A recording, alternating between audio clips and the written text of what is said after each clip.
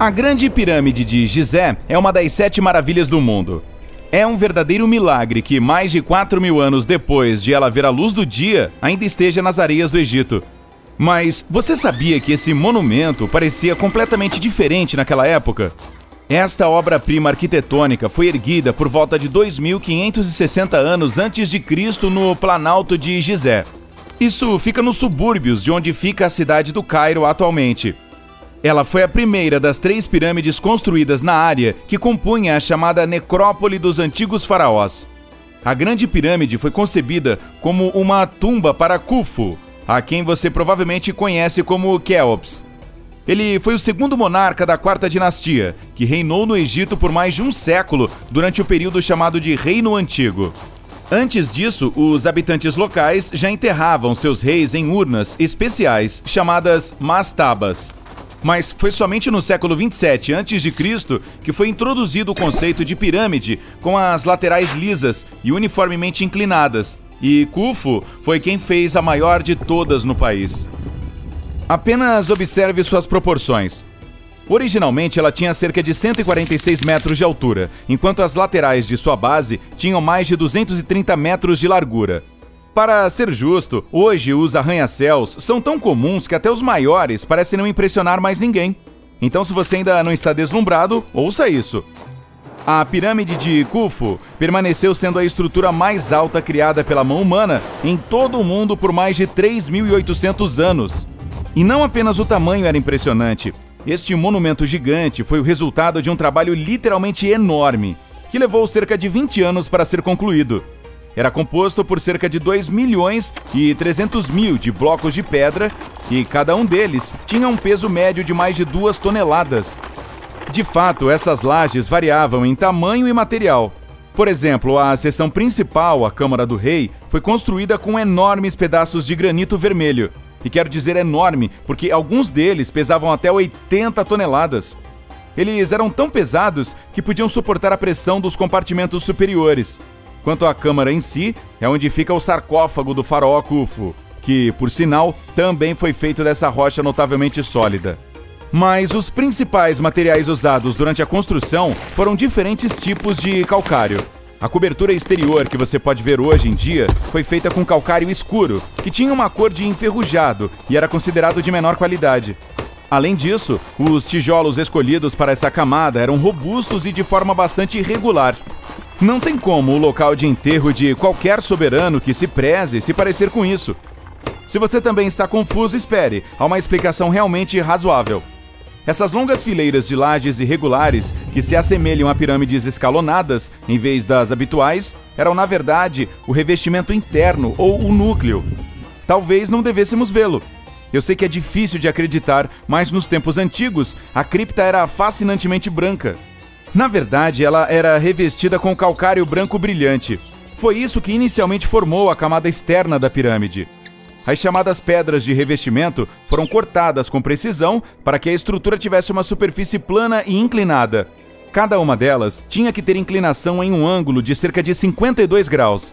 Elas também foram polidas para dar suavidade extra. Só posso imaginar como isso brilhava à luz do sol ou sob a lua. Desta forma, o santuário podia ser visto a quilômetros de distância.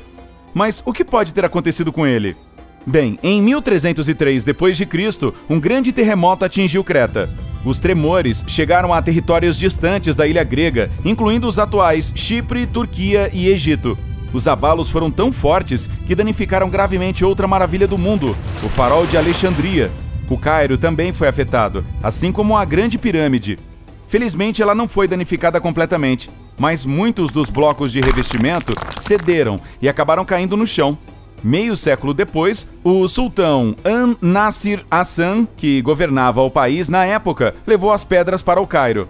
Lá, elas foram usadas para construir novos fortes e templos, aparentemente incluindo as famosas Mesquita e Madraça do sultão Hassan. Portanto, se você já esteve nessa cidade, é possível que tenha visto pedaços da pirâmide de Khufu sem saber disso. Por centenas de anos, o antigo monumento foi se desgastando com o vento e o sol. No século XIX, as peças restantes de calcário, que uma vez cobriram, foram pegas novamente. Desta vez, foi o então monarca Muhammad Ali Pasha quem encomendou a construção da mesquita de alabastro no Cairo. De certa forma, também era uma coisa bastante simbólica, porque assim como a joia de Gizé, essa mesquita, entre outras coisas, funcionava como uma tumba para o governante do Egito. Então era como uma pirâmide do seu tempo. Quanto ao mausoléu de Khufu, é difícil imaginar quantas eras e reis diferentes se sucederam em sua época.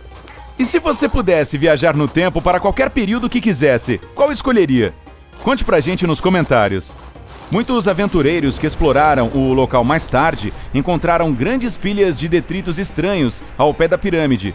Surpreendentemente, eram as pedras originais que conseguiram sobreviver a todos os problemas e permaneceram em Gizé. Embora o local tenha sido completamente limpo durante as escavações, você ainda pode encontrar alguns fragmentos dessas pedras perto da base do memorial. Claramente, essa rocha deve ter sido um chamariz, já que foi tão popular entre os governantes locais por tanto tempo. Na verdade, um dos mistérios da Grande Pirâmide foi a maneira como os materiais preciosos chegaram a Gizé. Veja bem, o calcário escuro e amarelado das estruturas internas foi extraído ali, na região do Planalto, apenas a centenas de metros ao sul do próprio monumento.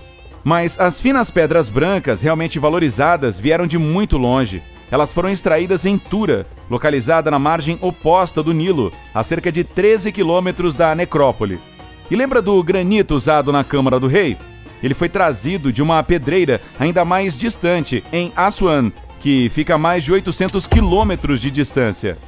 Então, como os antigos egípcios foram capazes de transportar cargas tão volumosas por distâncias tão longas? Especialmente considerando que eles não tinham aviões, trens modernos ou veículos com rodas adequados. Claro, há muitas teorias sobre isso.